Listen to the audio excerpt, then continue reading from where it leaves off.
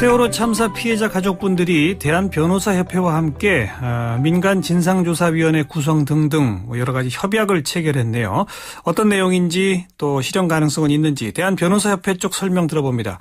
수석 대변인 노영희 변호사 나와 계시죠? 네, 안녕하십니까? 예, 어떤 내용의 협약이에요?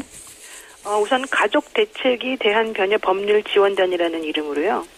저희가 세월호 사고 희생자, 실종자, 생존자 및 가족대책위원회와 대한변협 간의 협약을 체결한 것입니다. 예. 요점은 그 가족대책위를 대리해서 대외적인 의견을 표명하거나 기타 절차를 대리하면서 상담이나 자문 등 법률 지원 그리고 신청, 고소, 고발, 소송 등의 법률 절차를 대리하고 특별법 제정이나 관련 정책 그리고 법제도 개선을 포함한 대책을 마련하기로 했습니다. 예.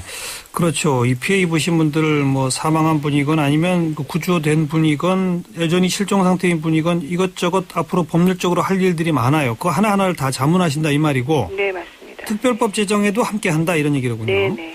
이게 그 가족 대표단에서 먼저 요청한 겁니까? 변협 쪽에서 요청한 겁니까? 저희가 그 세월호 침몰 사고 발생 다음 날에 저희 변호사를 진도에 파견을 했었는데요. 예. 처음에는 그 피해자 가족 대표단에게 지원을 제안했지만 거절됐습니다. 예. 그러다가 계속해서 변협에서 파견된 변호사님이 그 현장에 상주하면서 관계자분들하고 면담을 하고 피해 대책 TF를 구성하는 등의 각고의 노력을 기울인 끝에 저희들이 이제 진정성 있는 노력을 기울인다는 그런 걸 아시고 예, 저희들에게 저희의 제안을 이제 받아들이신 거죠. 맨 처음에 거절했던 이유는 뭐죠, 그럼? 그 당시엔 사실 이제 법률 지원을 당장 그렇게 할 만한 성질의 것이 사실 하긴 그렇죠. 예, 아직은 좀 없었고요. 경황이 없었을 거고. 네, 그렇죠. 그리고 두 번째로는 이제 진정성 있게 너희들이 하는 거냐, 와가지고 괜히 너희들 이름만 알리려고 하는 거 아니냐, 이런 오해도 좀 있었던 것 같습니다. 그렇군요. 세세하게 어떤 법률적 조언들이 필요하다고 보시는지 민형사상 어떤 것들이 필요하다고 보세요? 기본적으로는 이제 그 현장에서 법률 자문이나 상담 지원도 하겠지만. 현재 그 수사 및 재판 진행 중인 사건에 관해서 피해자들을 위한 법률 지원을 하고 언론들이 사실은 그 피해를 많이 주고 있습니다. 그렇죠. 이런 경우에 그래서 언론 등에 의한 2차 피해를 예방하고 대응책을 지원해주고요. 또 대정부 협상을 지원해주고 그리고 피해자 등을 의사상자로 지정하고 국가 유공자로 등록하고 국가 배상을 포함한 민형사, 가사, 행정 등 공익적인 절차를 걸치는 데 있어서 저희들이 소송 지원을 해줄 예정이고요. 또 특별법 제정이나 사고 관련 정책, 법 제도 개선을 포함한 대책 마련 등을 할 예정입니다. 알겠습니다. 자, 특별법 얘기는 오늘 이 대표분들이 청와대 가서 대통령한테도 요청을 했던 것 같은데 네, 맞습니다. 그 특별법에 대해서 대한변협도 초안을 만드셨다고요?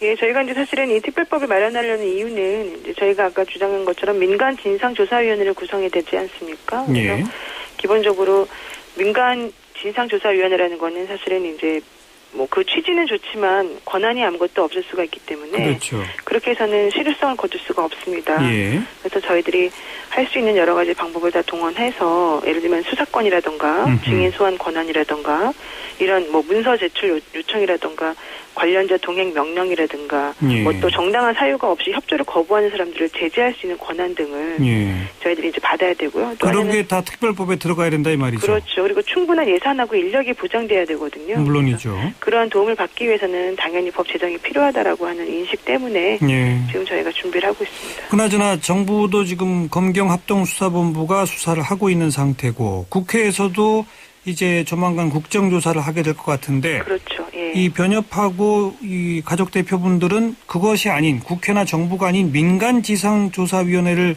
요청하는 이유는 뭡니까 우선?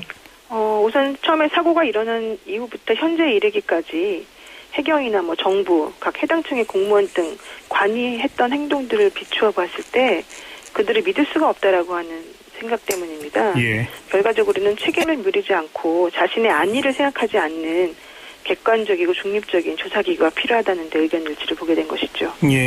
국회도 그럼 못 믿습니까? 국정조사나 이런 것도? 그렇죠. 사실은 국정조사도 당연히 필요하겠지만은 이제 얼마나 국회의원들이 열심히 해줄지 모르겠습니다만 일단은 다 총체적 불신이 조금 있는 것 같습니다. 저희들이. 그런데 이 민간이라고 하면은 또 어떤 분들이 어떤 식으로 구성될까요? 조금 구체적인 그림을 그리고 계십니까?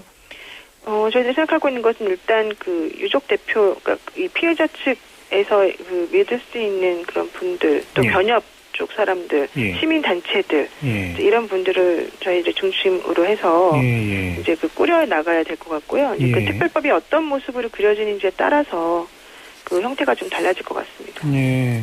그런데 그동안에 그 여러 차례 특별검사제가 도입된 바 있었지 않습니까? 네네. 그래서 특검이 임명이 되고 또 거기에 또 수사가 필요하기 때문에 검찰 이런 데서 수사 인력들을 지원받기도 하고 거기에 예산 투입해서 수사를 했는데도 사실 뭐 뾰족한 걸 찾아내지 못한 경우가 참 많았었는데 그렇죠. 이게 순수하게 그냥 그 유족 대표분들이 그 믿을 만한 분, 또 변협 측 인사, 시민단체 분들 이런 분들한테 설령 예산과 어떤 권한을 준다 하더라도 제대로 진상을 밝혀낼 수 있을까? 이거는 고도의 수사 기법 같은 게 또 필요한 거 아닙니까?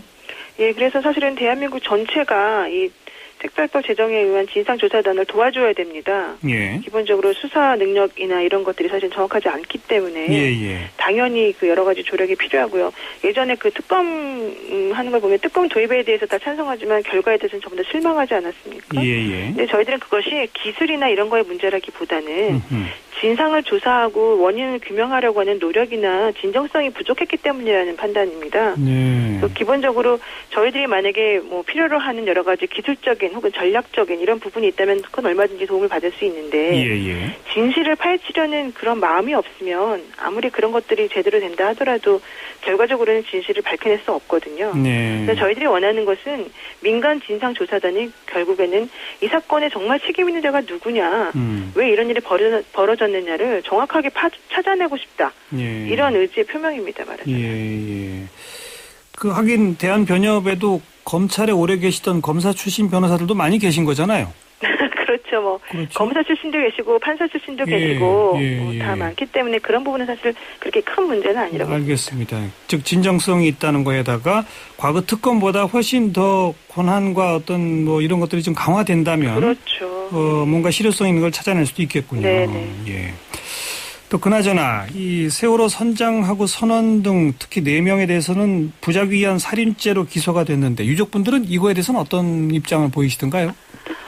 우선 이번 사건을 통해서 저희들이 발견하고 알게 된 것은 그 법에 엄청난 구멍이 있다는 것입니다.